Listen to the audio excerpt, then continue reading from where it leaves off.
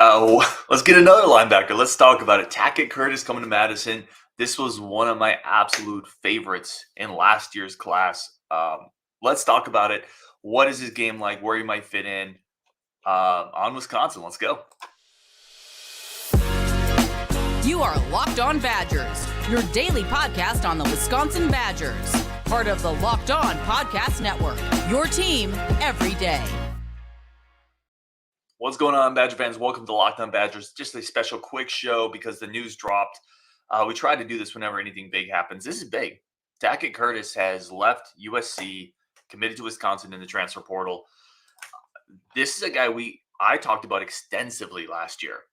Let's start with the cannons, though, because this is a big one. Fire the recruiting cannons. Another one is headed to Madison on Wisconsin. Let's just get some comments. Trent Brown says Wisconsin's going to win the national championship. Receipt me. Hold on. Screenshot. Print screen. Paste. All right. I got it, Trent. You've been screenshotted. Listen, I hope so. I don't think so. I think that's a very high bar to get to, but I'm here for it. I like the optimism. Danimal 1965 says, wow, I didn't expect this one, especially with so many linebackers already committed via the portal. Hat tip to the coaches. Stevie Mitchell says going to play a 2-5-4, maybe a 0-7-4 with all those transfer linebackers. Mark D just says, let's go. Derek says Ryan hates linebackers. I don't hate linebackers. I use the grocery store analogy sometimes. Listen, Tackett Curtis is athletically a stud. Like his high school film was incredible. Let's maybe break it down for those who aren't as familiar with Tackett Curtis, maybe weren't part of this channel last year when I was waxing poetically about the linebacker from Louisiana, the prep standout, high 4-star player, offers from everybody, right? He could have gone to Bama, to LSU, to Ohio State. I went to USC, Wisconsin. He could have gone anywhere. I had it on a good source that LSU, they didn't contact him quickly enough, but then they really tried. They aggressively tried to get back in on him, and that it didn't happen. Like, he could have gone anywhere. His high school film is awesome. They basically line him up in kind of a roving safety. I guess you could call it. Justin, who's been on the show, called it more of a dollar. I didn't really see it. They just kind of line him up 9 yards behind the line of scrimmage, 10 yards, and they say, go get ball. And he just blows people up. Instinctive, great film, interception, sacks, tackles for loss, great anticipation and quickness on his film. He has multiple interceptions off deflected passes. There's a reason he was almost a 5-star safety, almost a top 100 player. Not safety, linebacker in the 247 rankings. He was 146 in the composite. And the funny thing with Tackett Curtis is it's very much like if you go to a car dealer, right, and you buy the brand new car, you buy the 2023 whatever, 2024 whatever you're looking for, and you're paying the top dollar.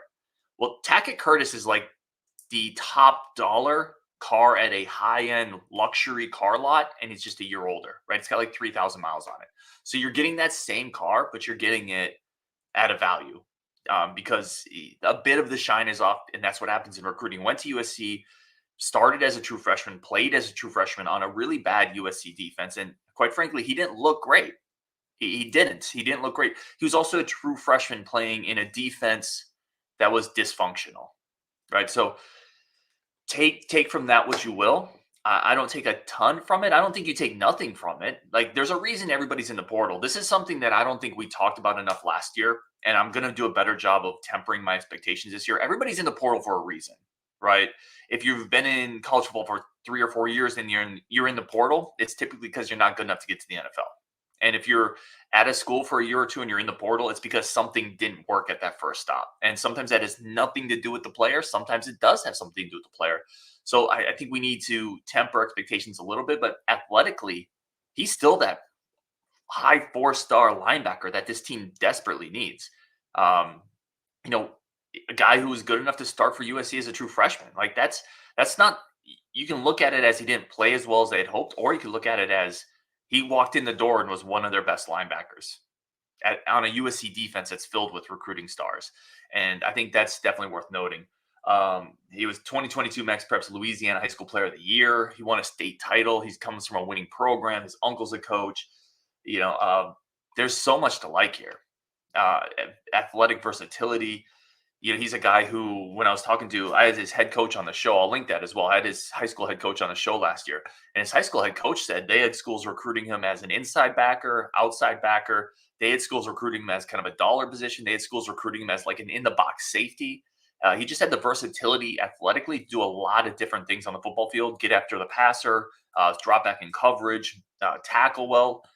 He really checked all those boxes for programs, and that's why he was one of the most coveted linebackers in the country. So let's get some more comments here. Again, I don't hate linebackers. You get to the point where you wonder, how are all these guys going to play? And maybe that's the point. Maybe it's about competition, right? And maybe a couple of these linebackers that transferred in, this is a comment here from Steve Mitchell. Maybe a couple of the previously committed transfer linebackers might be reconsidering. This is a lot of linebackers on the roster for a 3-3-5.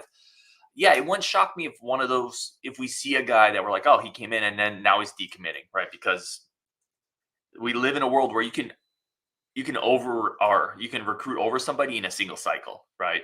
Kyle Matry says, let's go. Ryan said it was impossible. I didn't think it was. I thought you pick up your fifth transfer linebacker. I didn't think you would get Tackett Curtis. I didn't think he would come here. Both, not just from the staff's perspective, but also from his perspective. Players who transfer typically want to play. They don't want to go to places with crazy depth charts and a lot of other incoming players because they want the clearest path to playing time. It's a business decision. People will look down on that sometimes, that mentality as saying, well, they don't want to compete or they don't want to do this. I don't ever look at it as that. It's a business decision for a lot of these players. And it's interesting to me that linebackers have continued committing here, even understanding that the depth chart might be tough. Now, what does that say about the program? Well, it tells you Luke Fickell can sell a message, right? You guys remember the scene, I think it was with Tommy Boy, when he's talking about his dad could sell anything to anybody. Like, Luke Fickell can sell a message if you continue to get transfer portal linebackers to commit after you've had 5 of them. Like, Tackett Curtis is one of the top-rated transfer portal linebackers in the market. To get him to come to Madison when you've already brought in 5 linebackers, that's telling you right now that if Luke Fickell and this staff want somebody, they hit at a pretty high clip. And that's very encouraging. Very, very encouraging. Let's get some more comments here because, guys, this is fun. Forrest Aguirre says, just saw this is huge. I hope your car and you are all right after hitting that deer forest. Kyle Matry, here comes Tackett. Robert Swartzen, let's go. Logan Couch, it happened. Mehmet says, Ryan, this has to be a late Christmas present for you. Yes, like, people will twist kind of what I said when I'm like, okay, I think we're good at linebacker. Let's get a defense lineman. Let's get a receiver. It's nothing to do with Tackett. Again, there were very few people more devastated as a Badger fan when Tackett Curtis didn't come to Wisconsin last year. I did a show with his head coach. I did like a reaction show when he didn't sign. I did multiple shows breaking down his film. Like, I loved Tackett coming out of high school, and the receipts are all out there. This isn't hyperbole. I just was starting to feel like a point, like we got enough linebackers, and we need to get some other stuff. Gabe Ramos says, I know people in here are excited. Travion says, can't wait. Smo says, on Wisconsin, fired up for this 11 linebacker defense. Michael B says, I'm really surprised that he committed. Louis said a lot of linebackers. Slim Lewis says 26-27 Fickell taking us to the playoffs. That I can buy, Slim. Fickell, I firmly believe Fickell's going to get us into playoffs. I firmly believe that. Like, we've been in that situation before, and I believe in Fickell. Winning a title, I'm not sure if I'm there, but yeah, I'm with you, Slim. I think he's going to get us to the playoffs. Forrest Aguirre says going to have to move linebackers to where? One of these guys is probably $1. I know Justin has said he thinks Tackett could be that guy eventually. It's possible. I'm not sure if he moves well enough to be $1 in the Big Ten, but maybe, yeah. Listen, linebackers can be versatile, and the one thing I like about this is you've brought in guys with different levels of eligibility. Like, so not all of these guys are going to be here for 3 years, right? Tackett Curtis can come in. Yeah, he can fit into the 2 deep. He can fit into the depth. And then next year he takes over a bigger role when a Jaheim Thomas leaves, right? When a John Pius leaves. So not all these guys are in the same class, which I think makes it easier to balance out that eligibility. But it is still a tough sell, right? To get all these transfer guys to come in and say, by the way, 5 other guys are coming in. Battle. Ryan Geese says, Tackett is just a psycho out there on the field with a plus athlete. Yeah. Tyler Romaine says, let's effing go. Christian Gross says Chaney should probably pack his bags. It's possible, right? Chaney is a guy who has some competitive stuff wired into him. I've said it before. I'm higher on Chaney than I think a lot of other Badger fans are, but Listen, this coaching staff, we've talked about it before, trust what they do and not what they say. And they brought in 6 transfer linebackers. That tells you immediately what they thought of the linebacking core from last year, right? It wasn't good enough, and credit to them. Like they went into the portal saying we need linebackers, and somebody's like, "How many do you need?" And Luke Fickell's like, "All of them." Right? How many would you like to pick up, sir? How many do you have in the portal? Yes, I will take that many. And he crushed it. Like he's absolutely crushed linebacker recruiting. There can be nobody out there that's critical of their attempts to overhaul that particular unit. Smo says, can't believe Ryan doesn't want his man crush. I want my man crush.